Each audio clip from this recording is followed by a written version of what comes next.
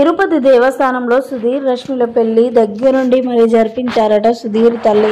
ప్రస్తుతానికి వీటికి సంబంధించిన విషయాలైతే సోషల్ మీడియా వేదికగా వైరల్ అవుతున్నట్లుగా సమాచారం. సుధీర్ రష్మిల ప్రేమ విషయం మరి ఇంట్లో అందరికీ చెప్పలేదు. కేవలం సుధీర్ అంటే చాలా చాలా ఇష్టమైన తన తల్లికే చెప్పినట్లుగా తెలుస్తుంది. ఎవరైనా సరే పెద్ద కొడుకు ఏదైనా చేశాడు అంటే ఇంట్లో తల్లిదండ్రుల సపోర్ట్ ఖచ్చితంగా ఉంటుంది.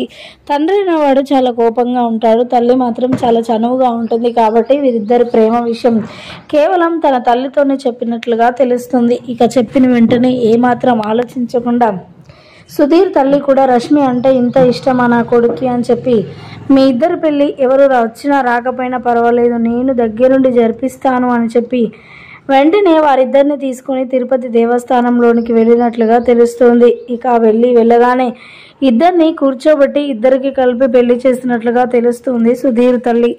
మరి ఈ వార్తలలో ఎంత నిజం ఉందో తెలియదు, కానీ వీటికి సంబంధించిన విషయాలైతే ప్రస్తుతానికి సోషల్ మీడియాలో ఎంతో వైరల్ అవుతున్నాయి. ఇంకా వీరిద్దరు పెళ్లి చేసుకోవడంతో ఫ్యాన్స్ అందరూ కూడా ఫుల్ ఖుషీలో ఉన్నారని చెప్పాలి.